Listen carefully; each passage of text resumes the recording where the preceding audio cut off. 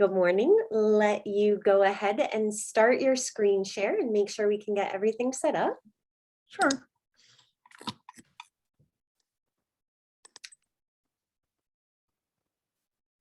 That looks great, and the floor is yours. Thanks. So good morning, everyone. My name is Sisi Yang. I'm a sixth-year grad student in Colin Ramos lab at Yale University. So today I'm excited to share my thesis project. Autophagy is coupled to the synaptic vesicle cycle via ATG9. Autophagy is a conserved cellular degradative processes in which a double membrane called isolation membrane forms and elongates to become autophagosms. Autophagosm engulfs cellular components for degradation. So there are three facts of autophagy that lead to our biological questions. In the context of a single neuron, which is highly polarized and elongated, autophagy is spatially regulated. Autophagosm preferentially forms distally at synapses and undergo retrograde transport back to cell body for degradation. And autophagosm biogenesis responds to firing states of neurons.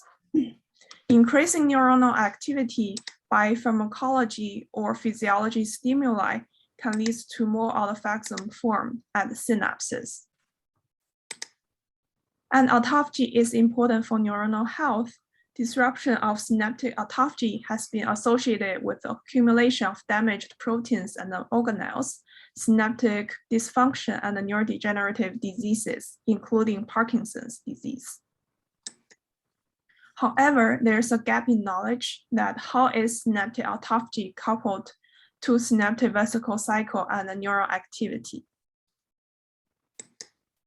So here we propose that autophagy is coupled to synaptic vesicle cycle via ATG9, the only transmembrane protein in the core autophagy pathway, based on the following evidence. So first, we found ATG9 localizes to vesicles at synapses, so where the neurons talk to each other.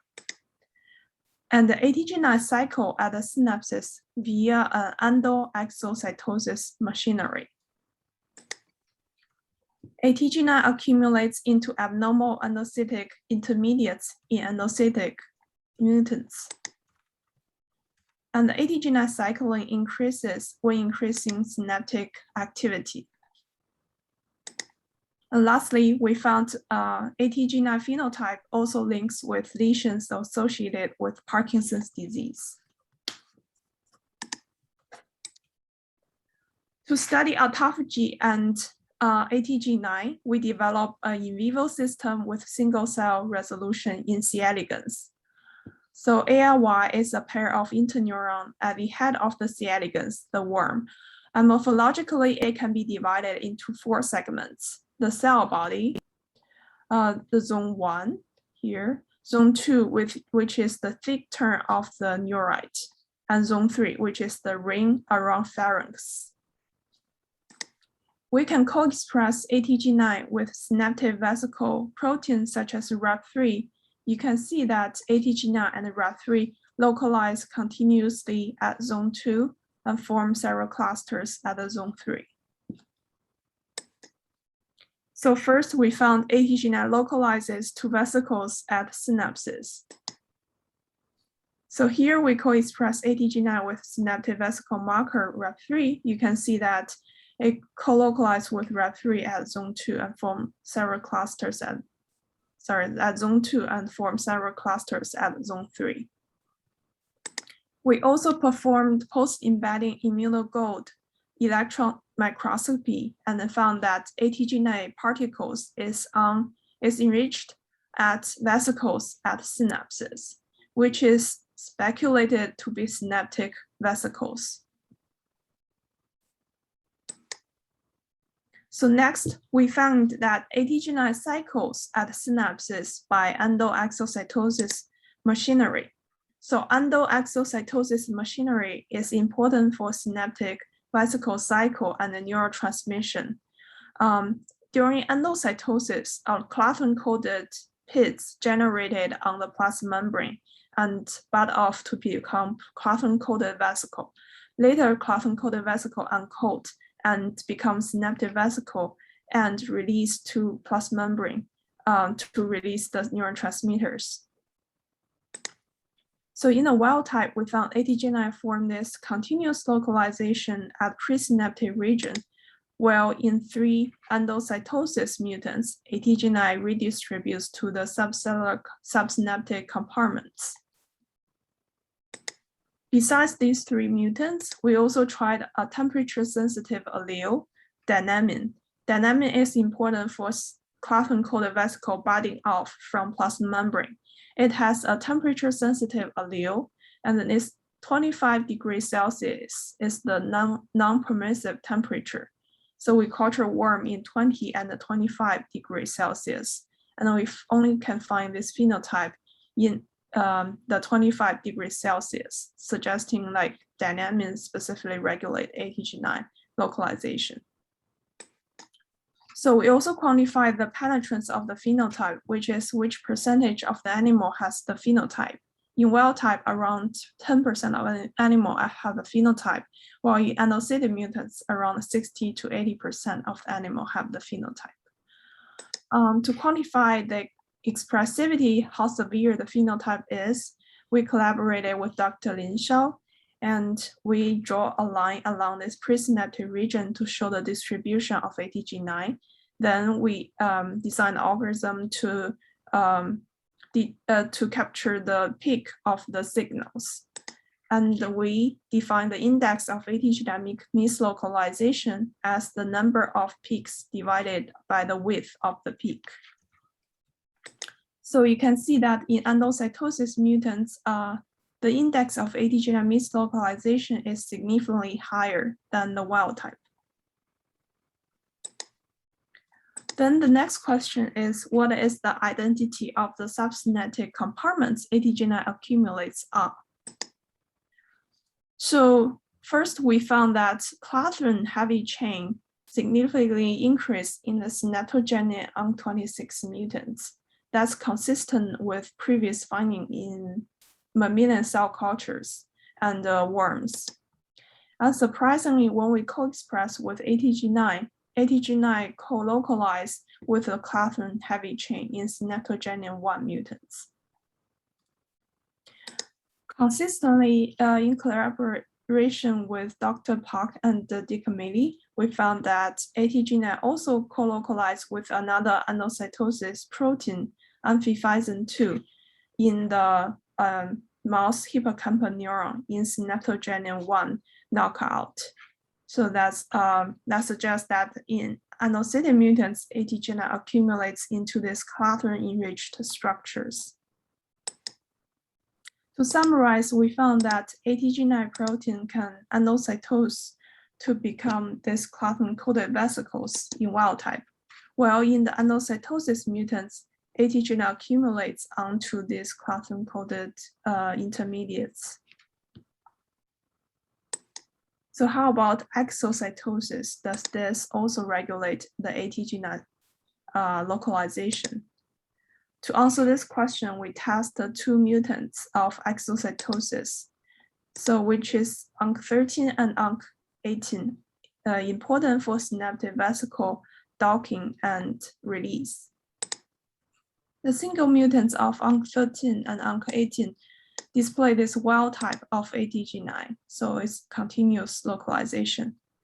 And then we made double mutants of these exocytosis mutants and endocytosis mutants. To remind you, in the endocytosis mutants, ATG9 show this discontinuous localization. While in these double mutants, you found that the exocytosis mutants can reverse the phenotype back to the wild type. And this is like a quantification showing like double mutants reverse the phenotype back to wild type. So that suggests that the exocytosis mutants is required for this formation of this ATG9 subsynaptic compartments, and the exocytosis also regulates ATG9 cycle. Next, Previous studies show that ATG9 is important for autophagy for the double membrane structure formation at synapse, which can be labeled by IgG1. Next, we want to ask if ATG9 cycle can also affect the synaptic autophagy. So previous findings show that cultured worm in the 25C for 4 hours can increase the number of autophagy, which can be suppressed by exocytosis mutants, suggesting this increase is neuron activity dependent. So first, we verified this result in wild type. So cultured worm in basal 20 degree and in the 25 for 4 hours, you can see an increase of autophagy in wild type. In the UNC26 exocytosis mutants or ATG9 mutants, the autophagy failed to respond to induced activity. Interestingly, in UNC26 synaptogenin, the endocytosis mutants, the autophagy also failed to respond to induced activity. That suggests the ATG9 cycle can affect the synaptic autophagy when increasing the neuronal activity. Yeah, this is the summary of what I shown you before. And the last point is we also found this phenotype links with lesions associated with Parkinson's disease. Recently, mutation in synaptogenin UNC26 has been discovered to be associated with early onset Parkinsonism. And this mutation is conserved between Homo sapiens mouse and C. elegans. We found this mutation also affects the ATG9 localization at synapses, as shown here. So then we try to find more functional consequences in this Parkinson mutation and whether it associated with ATG9 localization. So we propose a hypothesis that the locomotion behavior defects are expected in the aged UNC26 the Parkinson lesion. To test this hypothesis, we performed a dispersion assay in 1 day, 3 day, 5 days, 7 days adults. So this is showing you that we place the worm on agarose and let it freely move on the unseated agarose. And then we track the movement of each individual worms. So this is a different a graph showing that the different tracks of the worm movement by the different colors. So then we can calculate the mean speed of worm movement on this agarose pad. So then we can compare wild type with the UNC26 Parkinson lesion.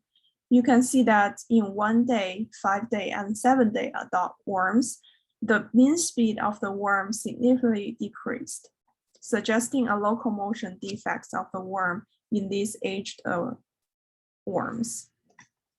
So this is consistent with the hypothesis that locomotion behavior defects are observed in the aged Parkinson's disease model, and ATG9 phenotype has association with this behavior phenotype. So lastly, I would like to thank everybody in Daniel Colon-Ramos lab, especially my mentor, Daniel, and the autophagy groups and lab members, my collaborators, my committee members, and cell biology and neuroscience department, Worm Club at Yale, and China Scholarship Council. Thank you. Thank you so much, Sisi. That was wonderful. Thank you for that great presentation this morning. So we are going to transition now into Gess and having Gess present her lightning talk, and then we will open up breakout rooms so you can interact with our speakers today. But thanks for kicking us off. Sure. Gosh, let's get you all set up. The slides look great.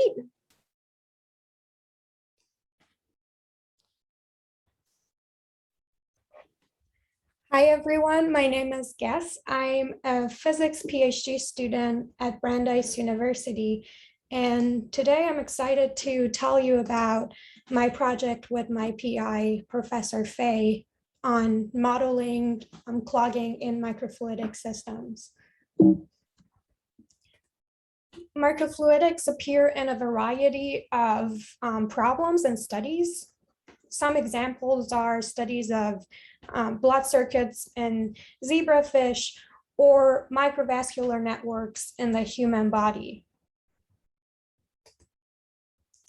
They can also appear in engineered devices, such as devices that are trying to mimic deposition and erosion in groundwater, underground water systems, or understand filtration. But today what I'm going to focus on is the clogging in microfluidic devices that are biomedical devices and instruments that can be used to diagnose diseases that change physical properties of cells. In this example, the device that I'm showing here can sort cells, here sickle red blood cells, based on their deformability. And as they change the partial pressure oxygen of this device, we can see that the cells become more rigid and they can no longer squeeze through the channels and they start clogging the device. And this can be undesirable clogging that makes the device less predictable. So we would like to have a mathematical model where we can feed it the device parameters and fluid properties, and it can tell us about the properties of clogging, such as the average clogging time or how the fraction of clogged channels is changing with respect to time. And in this problem, we're going to focus on instantaneous sieving or complete blocking, where one particle or cell can completely block a channel. And once it blocks a channel, we assume that we have no longer flow going through that channel. And we also assume once a channel is clogged, it remains clogged. So we can imagine that we have a number of open channels that are becoming clogged at a rate given by lambda. And we can write an equation where we can predict the number of clogged channels dependent on this lambda function, and given how many open channels we have in the beginning and 0, where we're assuming that in the beginning we don't have any clogged channels. And to make things a bit simpler, we define F, the fraction of clogged channels. So we use this mean field approximation and write the same equation in terms of F. Now, you may wonder, what does this clogging rate function or lambda look like? What could it depend on? And one reasonable assumption is that it depends on the channel flow rate Q. So you can imagine, for example, if we have a very high flow rate, it can squeeze the particles through the channels, and maybe if it's not high enough, the particles have a higher chance of blocking the channels and getting stuck. Another reasonable assumption is that lambda depends on the hydraulic resistance of the channels. So depending on the geometry of the channel or how small or big the channel is, maybe some particles can easily go through the channels and maybe some can get stuck on the channels. But here, since we're working with a device that has identical channels, due to the symmetry, we are only going to focus on how the clogging rate function depends on the channel flow rate Q. And to calculate the clogging rate function, we need to know how the channel flow rate is changing with respect to time. And to achieve this, we are going to use hydraulic electronic analogy, where similar to Ohm's law, we assume we can relate the pressure or the pressure gradient to the flow rate and the hydraulic resistance. And we can represent the same system as a system of resistors. For instance, here we have 4 sets of parallel resistors in series.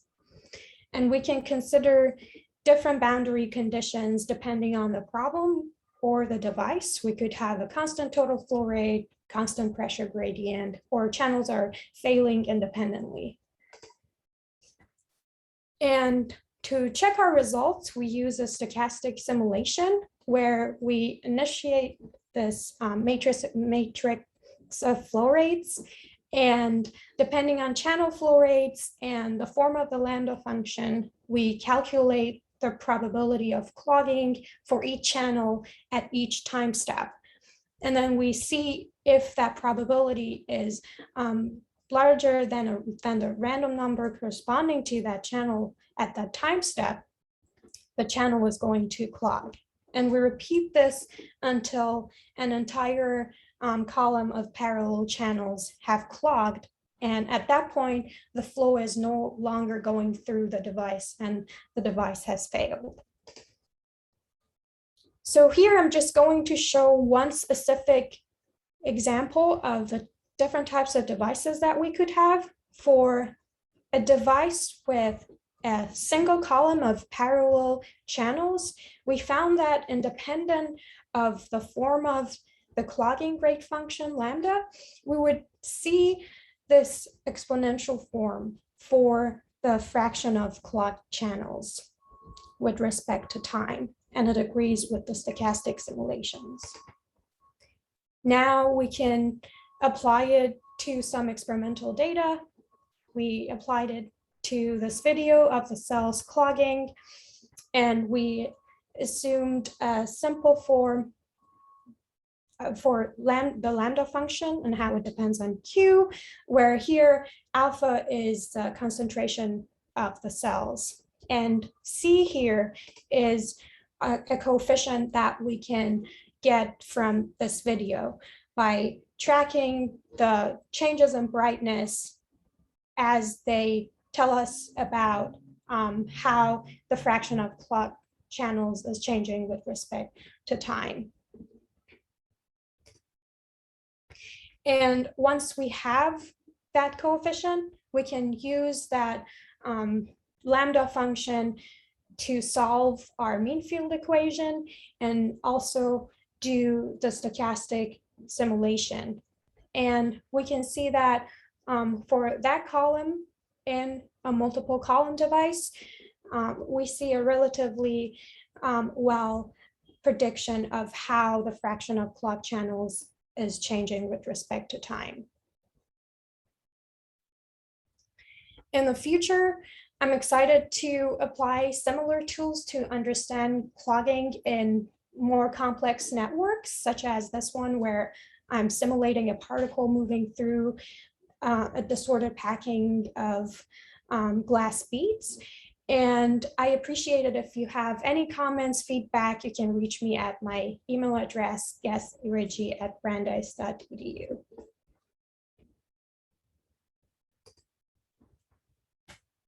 Yay! Thank you so much, Gess. That was another lovely presentation. You ladies both did remarkable this morning. Thank you very much for that. I'm going to go ahead and stop our recording now.